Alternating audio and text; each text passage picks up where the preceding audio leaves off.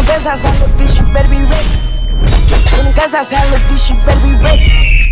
When the stars align, little bitch, you better be ready.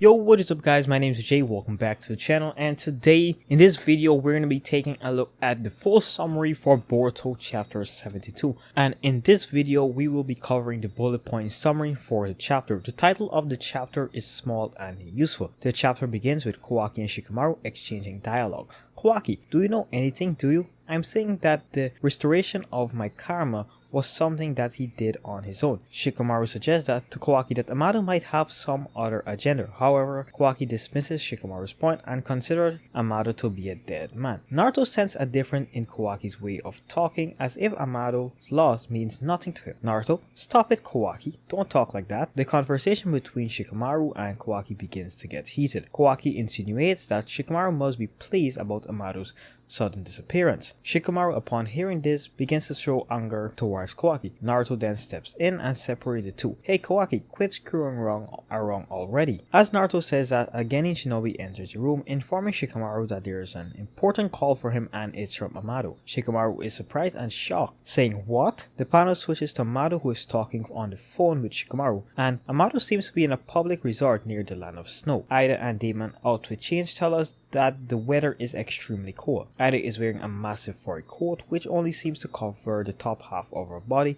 and Damon is also wearing a coat, enjoying a piggyback ride from Ida. Shikamaru begins to question Amado. Shikamaru, I can't believe it. What's happened there? Amado informs Shikamaru of their current location and further states that it might take them 3/4 days to get back to Konoha. As Amado is updating Shikamaru on the situation, Shikamaru inquires about the whereabouts of Code. Amado tells Shikamaru that Ida, along with Damon, have cut ties with Code and won't be helping him anymore. Shikamaru says, how? What did you say? How the hell did you do that? If what you want to tell me is true, that's good news. Amado then reiterates that Ida is no longer with Code and will be joining Konoha. Amado suggests that it was easier to convince Ida after Shikamaru made the original proposal to Ida. Shikamaru then recalls there being one more ally of Code, referring to Damon. Wait, I'm certain that Code had another powerful ally besides Ida. What happened to him? Amado is somewhat surprised to find out that Shikamaru already knew about Damon. Amado, what the hell? You already knew about Damon? Shikamaru says Damon. He seems scary even when listening to his name. Who is that? Shikamaru seems to be confused about Amado bringing this person into Konoha. Amado briefly explains that Damon is Ida's brother and will tell him more information when they arrive in Konoha. Amado also questions Shikamaru and informs him that accepting Ida also means accepting Damon. You cannot separate the two.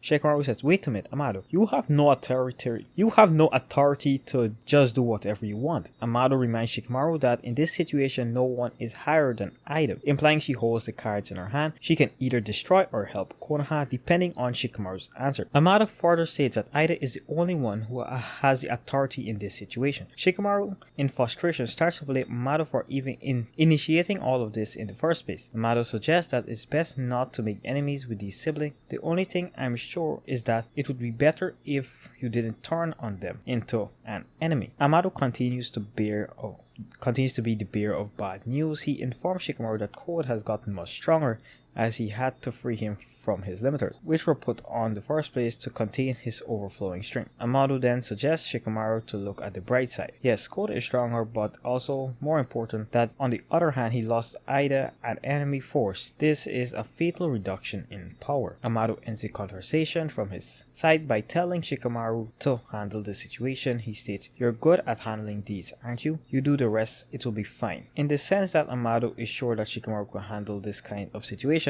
as he must have dealt with worse. Shikamaru also signed off by telling Amado and the others, referring to Damon and Ida, to get back to Konoha as soon as possible because he has a lot of more questions he needs to ask. As Amado hangs up the phone, Ida questions him about the figure of speech Amado used when talking to Shikamaru. Ida then reminds Amado that she doesn't care about what Amado's want. She reiterates that the fact that the only reason she is even considered to moving to Konoha because Amado made a promise to help her get closer to Kawaki. Ida, you've got to help me and Kawaki get along, and if things doesn't work out, I'm going to kill you. Ida continues to make threats towards Amado. Ida, what's so obvious about that wish? I'm so angry with you for giving me this ability to romantically enslave all of humanity. I wish I could kill you right now. As Ida mentioned the word kill, Damon jumped in the conversation and said, just for the record, as for my older sister killing, I'm the one who will actually do it, just in case. And that's all from them for the entire chapter. The scene switches to Shikamaru, and as soon as he ends the call with Amado, he calls an emergency meeting demanding the presence of Naruto and Team 7, including Kawaki. The scene switches to Boruto's room. We see him getting ready for a mission. He puts on his headband, the same one that Sasuke gave him. As he begins to leave his room, he touches chest mark, but no dialogue is written. Boruto comes downstairs and starts putting on his shoes. As he's just about to leave, Hinata calls him by his name and asks him about the mission. Boruto said, "Oh, the old man Shikamaru just called me up. From now on, Hinata is responding. She visibly seems upset and constantly worried about Boruto's safety as he go on mission. She is worried that he won't come back, and Boruto made a promise saying he will always come back because he already died once and he's now healthy and better." Himawari is in the background and hasn't said a word. Boruto exits the house. Just then he senses that something is wrong, and as he turned around he sees Momoshiki standing in front of him. The atmosphere changed, similar to when Momoshiki appeared in chapter 67. Cloud-like wind being hurled around Boruto and Momoshiki suggests that time has stopped and only the two of them. Boruto, Momoshiki. It seems like Momoshiki wishes to speak to Boruto, making false promise to Hinata. Say that he'll be back. Momoshiki quoting Boruto, "I promise you I'll be back." Boruto confidently confronts Momoshiki and says, "You can't reincarnate anymore, can you? So how long do you plan on following me around, Momoshiki?" Momoshiki, on the other hand, I ask you, little boy, how long do you plan on sticking to this meaningless life, knowing that your future is in full despair? Boruto, what? Momoshiki repeats that what he told Boruto earlier about his destiny. "I told you long ago that you will lose everything, and that's too soon." Boruto looks at Momoshiki in a very frustrated manner, but Momoshiki continues to speak and said, "Before your despair, you will lose the will to live and want to run away from this world. Do you understand? At the end, I'll take your life and I'll take your place and live in the Uzumaki."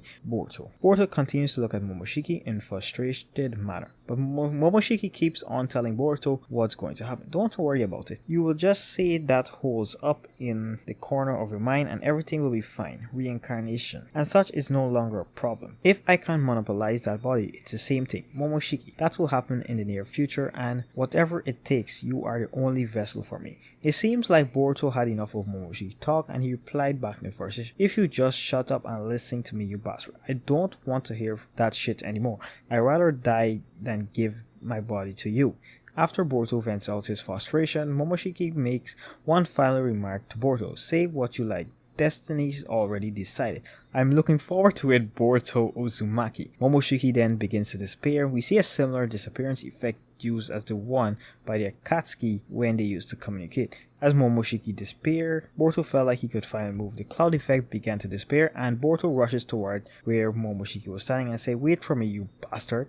Momoshiki, unable to harm Boruto, stands there in frustration. Just then, Mitsuki and Sarada appears behind Boruto. So finally, Mitsuki and Sarada are in the manga again. Well, they were a few chapters ago, but yeah. Sarada and Mitsuki can be seen in the regular mission attire. Mitsuki stands foot behind Sarada, and Sarada on foot ahead of Mitsuki. Mitsuki, "Oh, it looks like you're ready to go." Sarada, "It seems like a while we've been on a mission, so I'm a little excited, you know." Sarada at this stage senses something is wrong with Boruto and questions Boruto. Boruto lashes out and vents out his plenty frustration. "Don't talk nonsense, I'm the one who decides my future." Sarada is taking a step back and is slightly scared of what happened. She said, "What's wrong with you? I mean, you're different from normal." Boruto takes a massive leap towards the Hokage office, leaving Sarada and Mitsuki behind. Meanwhile, Mitsuki remains calm and a sort of understand Boruto. Boruto says even if he dies once more and turns into Katsuki, he will just be Boruto. The scene switches to Himari, who seems worried about the conversation Hinata and Boruto had. She asks Hinata that if she were to become a ninja to help Boruto, would she be worried? Like, the anime is doing a good job here, like, if she actually does become a ninja. The scene switches back to Boruto heading toward the Hokage office. He looks at the karma at his mom and says, "I won't let you do what you want, Momoshiki." Mitsuki and Sarada are seen following behind Boruto, and all three of them are heading towards the Hokage office. The scene switches to Code entering the dimension with Bug, the dimension which is holding the 10 tails. Code enters through Ishiki's plate. It seems like he already had a claw marked on it, allowing him to access the dimension. Code begins to walk around the 10 tails. Meanwhile, Bug is shocked and has never seen or heard of this place before. What is this plate? Code explained to Bug that this dimension is only accessed by using space-time ninjutsu. By Jigen, use easily travel back and forth, often bringing Code along due to his claw mark teleportation technique. Wow, my voice just happened there. He said, the place can only be entered by those who has time-space ninjutsu, but I'm an exception. I'm coming and going using claw mark I left there when I was brought here by Jigen. Code looks at the tendon and said, good job, you've been a good boy there. Oh yeah. Okay, where am I? Meanwhile, Bug is even more surprised to see a living and breathing ten-tailed, because until now he only heard about it and read about the ten-tails bug. So this is a ten-tails beast I've heard so much of, the one who wants to feed on the Hokage's son. Code then mentions that Sasuke Uchiha is the only other person who accesses this dimension, so they know. However, that will no longer be useful because he also mentioned that Boruto and Kawaki are now fully Suzuki and may be able to soon use space-time ninjutsu. Well, they could already use it, but yeah. They may be able to freely manipulate space-time ninjutsu at some point. In this case, this place won't be safe anymore. Bug asks Code what he plans to do now, and then he's being ostracized by Ida and Damon. So essentially he's all alone. However, he does plan on getting his revenge now. Bug even goes further to mention that even after releasing Code's limiters, he still got beat up by Damon. Code, I didn't expect Damon to be that strong. Bug tells Code that he tried to stop the fight, but it was too late. Code then said, this is such a shock for the breakup, huh? I think so. Code, don't blame yourself for what happened. Bug then asks Code how he remains so calm in a situation like this. Code, it's going well, so it's decided then. Code then suggests to resize the 10 tails into a manageable size and a useful size. Code, first of all, we need to adjust the 10 tails in a manageable size. Code is confused as to what Code meant by adjust. As the claw mark begins to squeeze the tentails, you can see a Play-Doh type material coming out as if something was being molded using clay. Code, like I said, it's small, useful, and adjustable. As Code says this, more and more clay Play-Doh type material begins to detach from the tentails. Bug says that thorn thing grows, like the main body gets smaller. Yeah, the tentacle is essentially a huge chunk of charcoal, which means it will break into pieces of crushing clay the way it's split. As Code and Bug exchanges dialogue, the claw mark continues to squeeze the tentails into small pieces, resulting in the tentails tracker being split into smaller pieces. But what's going to happen now? The small pieces which have already broken off the tentails can be seen on the floor. Both Code and Bug wait in anticipation to see what happens next. Bugs begins to notice that the falling off pieces are beginning to take a certain shape, and some are even standing. We see a clear shot of one of the creatures almost staring directly into the audience's eye, but with no eyes. It seems as if every creature is covered by Code's claw mark in one way or another. Some have claw marks on their head, but different patterns and shape. One of the creatures directly jumps into another creature's chest. Where there is a claw mark, he reappears behind Code, clearly demonstrating that these creatures can use each others to travel from one place to another. So can Code use these creatures as his claw mark? I think if he split this around the village, he could just teleport randomly around the village. But yeah, that's smart. Code tries to control the creature by covering its left eye with his right hand, essentially teleporting his eye, and then use it from the creature's body. So he can use this as a surveillance too, okay? The creature can now be seen with one eye in his right hand. We get a full body shot of the creature staring directly at the audience, giving off an extremely menacing look. Code, it's much more useful and smaller than the GOB. Well, I'm going to be completely honest, this sounds interesting. I'm really excited to know much more about these creatures. I don't know if it's like the same thing they use in the 4 Great Ninja War, in the Ninja War. Well, I'm extremely sleepy, so I might mix up something with words here, but yeah, I'm extremely sorry. But yeah, hopefully Code gets his revenge. I'm really excited. Hopefully Code doesn't become one of those lackluster villains. We see some of them in the anime. Respectfully, we did see some of them in the anime, but yeah. Also, this Himawari wanting to become a ninja is very interesting because currently the anime is going through a Himawari Ninja Academy arc with Kawaki. So yeah, I'm really excited for that. Hopefully she does, because she already have a Byakugan. It's gonna be a waste potential for Himawari in my opinion, but yeah. And I actually want to see Kawaki's reaction to meeting Ida and Damon, which will happen in the future. I'm not expecting this to happen within the next chapter, but yeah, I'm really excited. So yeah, subscribe to the channel if you haven't already. If there's any more information, I'll make a video on it. So yeah, see you in the next one. Peace!